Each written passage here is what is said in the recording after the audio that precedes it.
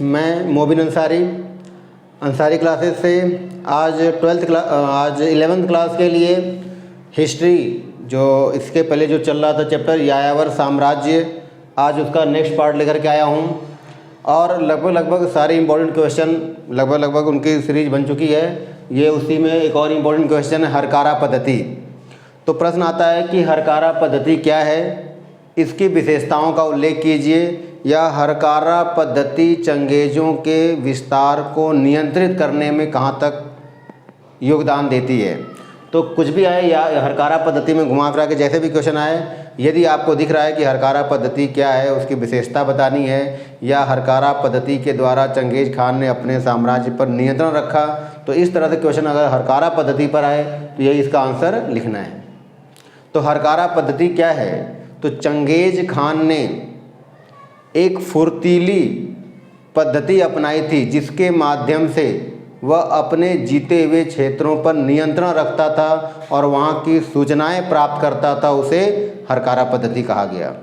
दोबारा सुनना है कि चंगेज़ खान के द्वारा एक फुर्तीली पद्धति जिसके माध्यम से वह अपने जीते हुए क्षेत्रों पर नियंत्रण रखता था और वहाँ की सूचनाएं प्राप्त करता था, उसे हरकारा पद्धति कहा जाता है। ठीक है, तो पहला पॉइंट लिखेंगे, उसके बाद फिर आगे व्याख्या करेंगे कि चंगेज़ खान ने तीव्र गति से चलने वाली एक पद्धति अपना रखी थी जिसे हरकारा पद्धति कहा जाता है।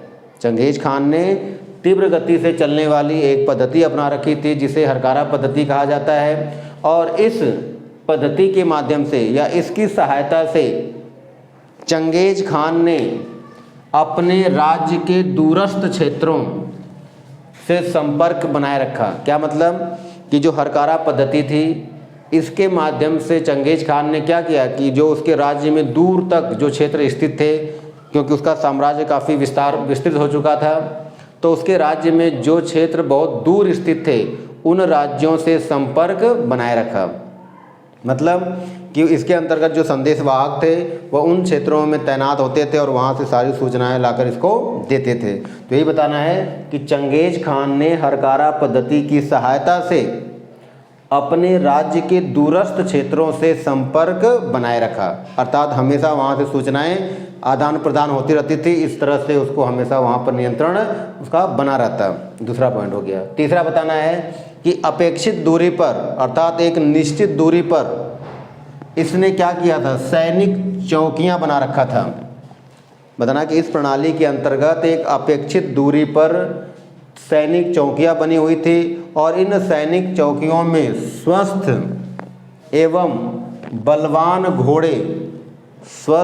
बलवान घोड़े तथा घुड़सवार संदेशवाहक तैनात रहते। क्या मतलब कि चंगेज़ खान ने क्या किया, हमने बताया कि दूरस्थ क्षेत्रों की सूचनाएं प्राप्त करता, तो इसने क्या किया, एक निश्चित दूरी पर सैनिक चौकियां बना रखी थी और इन सैनिक चौकियों में स्वस्थ और बलवान घोड़े तथा घुड़सवार संदेशवाहक तैनात रखते थे। मतलब वहाँ पर हमेशा स्वस्थ और बलवान घोड़े और जो घुड़सवार थे वो घुड़सवार संदेशवाहक तैनात रहते और हमेशा वहाँ से सूचनाएं आदान प्रदान करते रहते थे। नेक्स्ट बताना है कि इस संचार पद्धति, जो ये हरकारा पद्धति है, तो इस संचार पद्धति की व्यवस्था करने के लिए मंगोल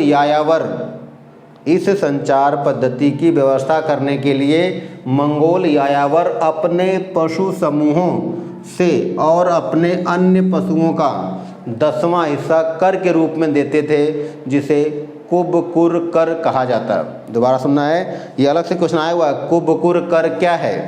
तो बताना है कि जो मंगोल थे वो हरकारा पद्धति को सफल बनाए रखने के लिए अपने घुड़सवारों का और अन्य पशुओं का, उनके पास जितने भी जानवर थे उनका 10वां हिस्सा कर के रूप में प्रदान करते, उसे ही कुबकुर कर कहते हैं। तो इसको अगर आपको ऐसे में समझ में आया तो मैंने लिखा हुआ उसे बता दे रहा हूँ कि इस संचार पद्धति मतलब हरकारा पद्धति की व्यवस्था करने के लिए, कि भाई जो हरकारा पद्धति वो चलती रहे, क्योंकि ये खर्चीली विधि थी, तो हरकारा पद्धति की व्यवस्था करने के लिए मंगोल यायावर, मतलब इस व्यवस्था को चलाने के लिए मंगोल यायावर ने क्या किया, अपने पशु समूहों से, मतलब उनके पास जितने पशु समूह थे उनसे अपने घोड़ों और अन्य पशुओं से उनका 10वां हिस्सा कर के रूप में देते थे। मतलब कि जिसके पास जितने भी घोड़े होंगे, अन्य पशु होंगे, उन कुल पशुओं का 10वां हिस्सा कर के रूप में प्रदान करते थे।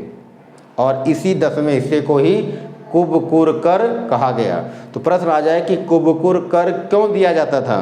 तो हरकारा पद्धति को बनाए रखने के लिए, इस व्यवस्था को चलाए रखने के लिए धन की आवश्यकता थी, और उस धन को प्राप्त करने के लिए जितने भी मंगोल यायावर थे अपने पशु समूहों से, अपने घोड़ों से अन्य पशुओं का 10वां हिस्सा देते थे। ठीक, नेक्स्ट है, इस पद्धति में ऐसे मानना है कि चंगेज खान के मरने के बाद भी यह पद्धति चलती रही। चंगेज खान के मरने के बाद भी यह पद्धति चलती रही और इसमें थोड़ा बहुत परिवर्तन किया गया। तो नेक्स्ट बताना है कि चंगेज खान के मरने के बाद भी थोड़े बहुत परिवर्तन के साथ ये पद्धति चलती रही, और इस पद्धति की गति और विश्वसनीयता, इस पद्धति की गति और विश्वसनीयता ने यात्रियों को आश्चर्य में डाल दिया। मतलब यात्री इस जो पद्धति थी हरकारा पद्धति, इसकी गति और इसकी विश्वसनीयता से आश्चर्यचकित थे कि ऐसी भी पद्धति है जिसके माध्यम से हम कहीं पर नियंत्रण भी रख सकते हैं, सूचना पहुंचा सकते हैं, अर्थात ये उनके लिए बहुत ही अच्छी प्रणाली थी। तो ये बताना है कि चंगेज खान के मरने के बाद भी ये पद्धति चलती रही और इस पद्धति की गति और विश्वसनीयता ने यात्रियों को आश्चर्य में डाल दिया। और लास्ट पॉइंट बताना है कि इसी हरकारा पद्धति के माध्यम से अन्य महान खानों ने, मतलब चंगेज खान के अन्य वंशजों ने भी अपने महाद्वीपीय विस्तार, जो महाद्वीपीय विस्तार था, उस पर नियंत्रण बनाए रखने में सफल रहे। दोबारा एक बार सुनना है कि इसी हरकारा पद्धति के माध्यम से चंगेज खान के बाद के जो अन्य महान खान थे, उन्होंने इसी के माध्यम से अपने महाद्वीपीय साम्राज्य के विस्तार पर नियंत्रण बनाए रखने में सफल रहे। ठीक, तो इस तरह से हमने यायावर साम्राज्य के जो इम्पोर्टेंट क्वेश्चन हो सकते थे, जैसे यास क्या है, चंगेज खान की उपलब्धि क्या है, उसके बाद हमने चंगेज खान के जीवन के बारे में बताया था, उसके बाद उनकी सैन्य व्यवस्था के बारे में बताया था। जो इम्पोर्टेंट क्वेश्चन था वो मैंने बना दिया। और यदि किसी को लगता है कि कोई क्वेश्चन और इम्पोर्टेंट रह गया है, जो नहीं समझ में आता है, जो कठिन है, तो आप मुझे कमेंट के माध्यम से बताएं, मैं उन क्वेश्चनों को भी अवश्य बनाऊंगा। यदि यह वीडियो आपको पसंद हो तो लाइक करें, शेयर करें, सब्सक्राइब करें, ताकि मेरा मनोबल और बढ़े और मैं मेहनत करके और न केवल इतिहास की, पॉलिटिकल की, इकोनॉमिक की, बल्कि अन्य सब्जेक्टों की भी वीडियो बना सकूँ। Thank you.